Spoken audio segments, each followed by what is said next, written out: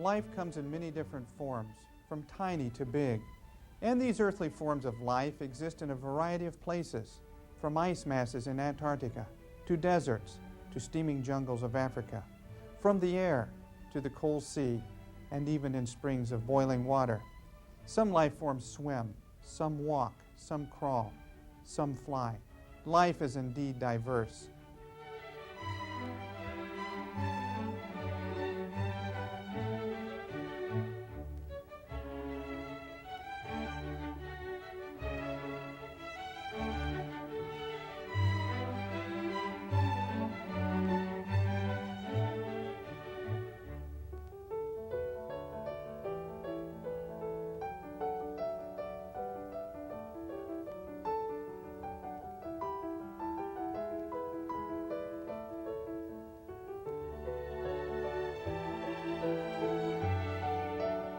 On Earth, there are thousands of different life forms which have adapted to the unique environments.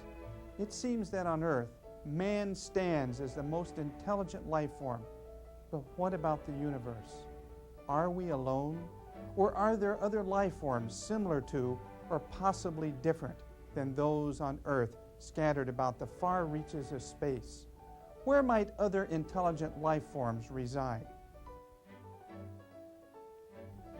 I'm Lynn Bondurant at the NASA Lewis Research Center in Cleveland, Ohio, and I'm your host for a series of 13 programs about life in the universe. We'll see how man has learned to live in space beyond the protective atmosphere of Earth. We'll also see how man is looking for extraterrestrial life. When man first ventured into space, to orbit Earth from periods of hours to as long as months, he was able to carry enough food and water to sustain him. But as we plan ahead for even longer space trips, we must find a way to grow food and reuse air and water.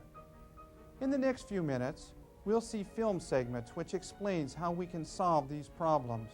The films were produced by the National Aeronautics and Space Administration during the early 60s.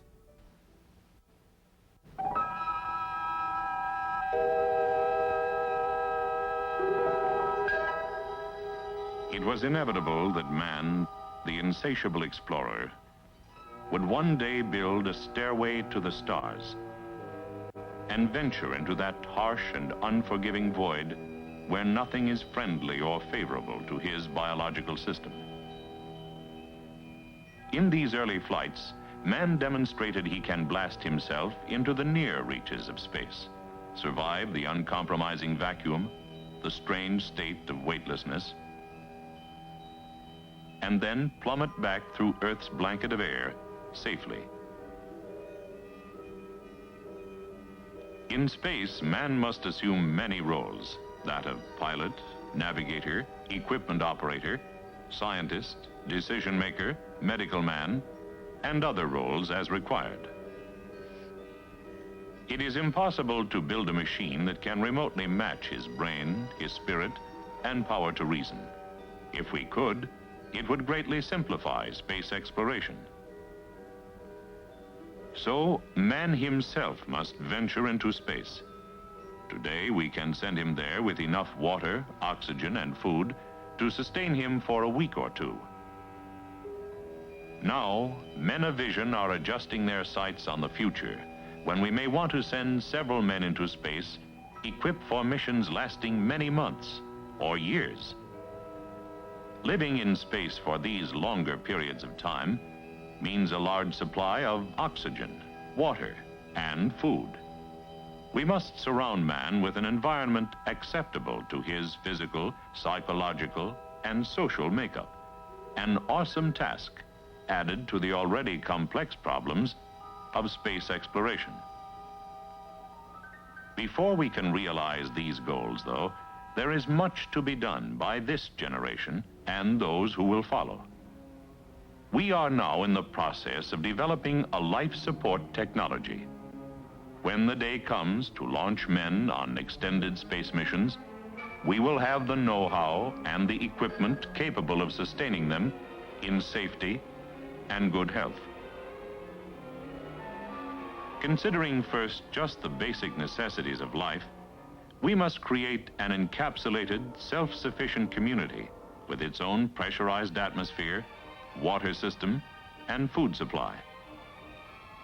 It must carry its own Department of Sanitation, recreation center, communication system, and above all, a place to work. All of these needs occupy space and add up to a lot of weight. More weight than we can lift into space if we are to take all the oxygen, water, and food needed for long journeys. To reduce the amount of stored supplies carried, we need a regenerative life support system, machines which can convert waste products back into a usable form. The ideal regenerative system would be one in which an initially small amount of water, oxygen, and food aboard the spacecraft could be used over and over again, indefinitely. Machines which will do this require a great amount of energy.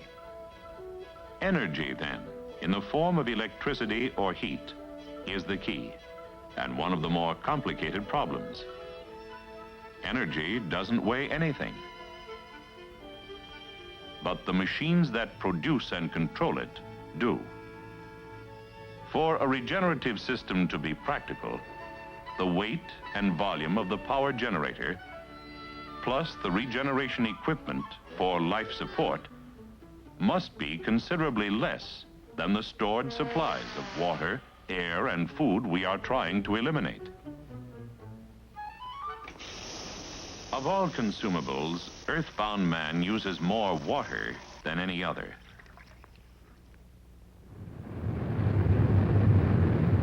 On Earth, water is plentiful, so he uses a lot of it. But in space, he'll only have the water he can take along with him. Here, he will be required to get along with considerably less than that to which he is accustomed. We will allow each man about 1.5 gallons of water per day for drinking, food preparation, and personal hygiene. Even on this reduced basis, 4 men, for example, will use approximately 2,000 gallons or 16,000 pounds of water during a 1-year mission. By regeneration, the same water is used over and over, so we can reduce the total amount of water required for the entire mission to 17 gallons or 140 pounds, just enough to start the equipment working. Regeneration of wastewater begins in the collection tanks, one for humidity condensates, a second for used wash water, and a third for urine. Chemicals added to the stored wastewater inhibit bacteria growth and the formation of objectionable gases. From the storage tanks, water passes into 2 identical units which distill the used water. One unit distills wash water and humidity condensate. The crew uses this purified water for drinking and food preparation. The other unit distills urine, producing water which is more pure than that which we draw from home faucets. However, for psychological reasons, it is stored separately and used for washing. The wick evaporator is the heart of the distillation unit. It makes it possible to distill water in 0 gravity. Wastewater saturates the wick in an automatically controlled flow. Hot air then flows over the wick, evaporating the water, leaving most of the waste products in the wick. Charcoal beds filter out the remaining contaminants in the water vapor, which distillation did not remove. The water vapor then passes through a condenser and to a small centrifuge, which spins condensed water out of the airstream. A second charcoal bed filters the water as a final purification stage. The crew periodically tests the processed water for purity.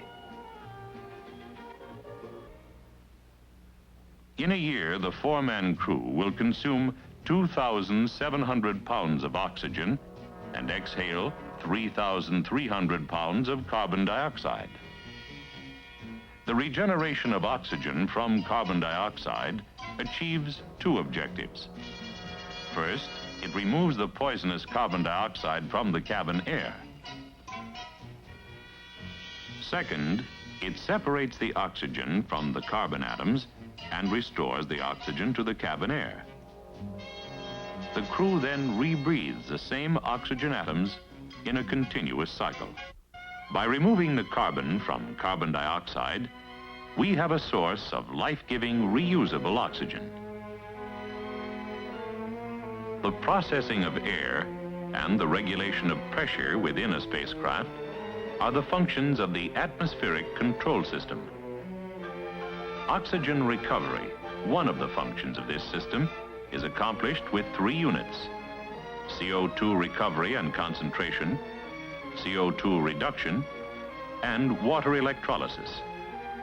The first of these separates the CO2 from the cabin air. In this unit, cabin air first passes through a silica gel canister. This dries the air. The dry air then passes through a canister of specially prepared zeolite, which captures CO2 only. Zeolite holds CO2 somewhat loosely. At about 1/2 hour intervals, airflow is diverted. Heat and a vacuum pump extract the CO2 from the zeolite. The pump delivers it to an accumulator. From here, it passes to the CO2 reduction unit. Hydrogen is introduced, and the unit mixes the two gases. Electric heaters raise the temperature of the gas mixture to around 1,200 degrees Fahrenheit.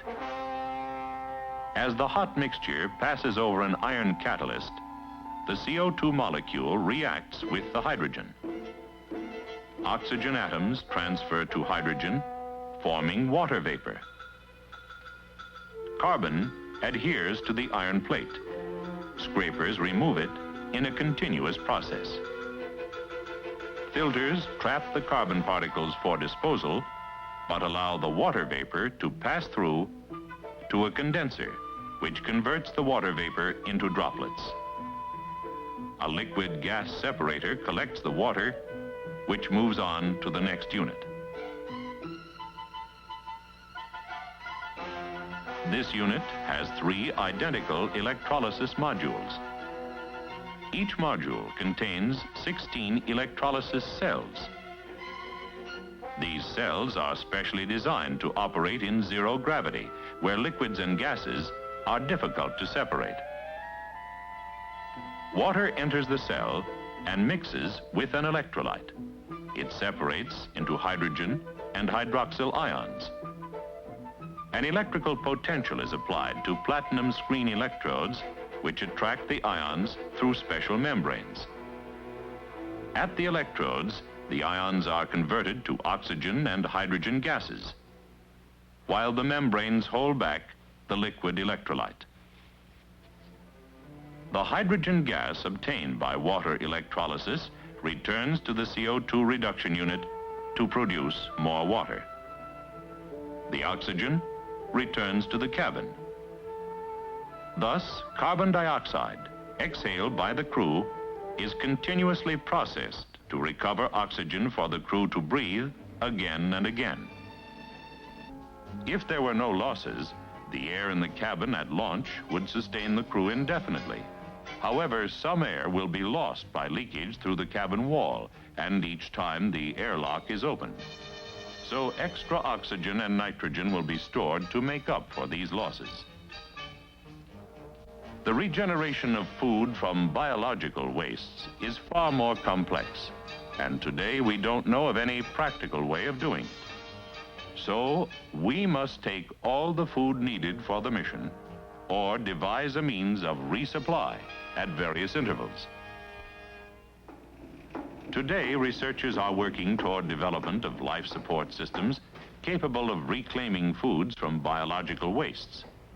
These foods of the future will not be on the menu of today's generation of astronauts.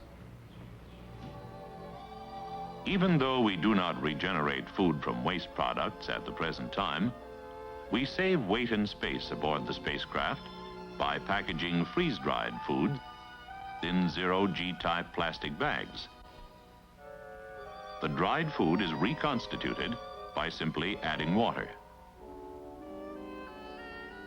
The menus are varied, tasty, and nutritional.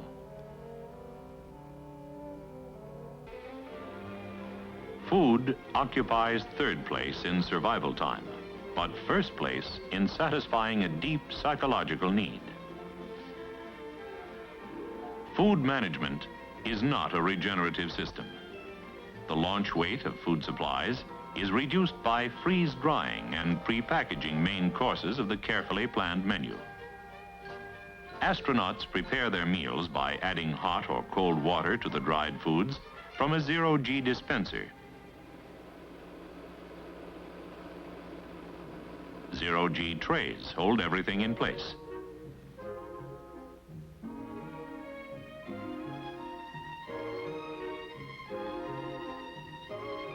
Force feeding is the answer to weightless dining. Some of the solid foods are eaten, package and all. Thus, we have determined in this early development stage that it is feasible to construct a nearly closed regenerative life support system. However, there is a great deal more to manned spaceflight than supplying water, oxygen, and food. These systems are a distillation of our most advanced scientific thought, translated into functioning hardware, the beginning of a basic life support technology. Components in this system may or may not develop into flight hardware designs. This will depend on how well they prove out in long-duration manned ground tests. The design of an actual spacecraft must be tailored to a specific mission. We have to know what the mission will be, the size of the crew, their destination, and the duration of the total operation. These and many other factors will affect the spacecraft size, weight, and the amount of power required.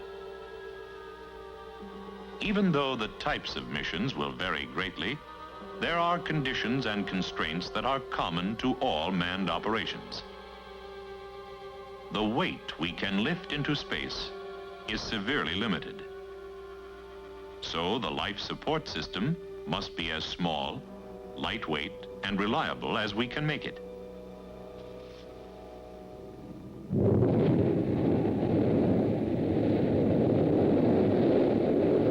We must also consider that everything, including man, must function in zero gravity. Weightlessness adds many design problems we have never faced before. The problem is complicated by the fact that it is extremely difficult to produce a truly weightless environment on Earth. Parabolic flights in a jet aircraft provide less than a minute of test time per maneuver. Research scientists have been able to extend test times by developing an underwater technique that in some respects simulates weightlessness.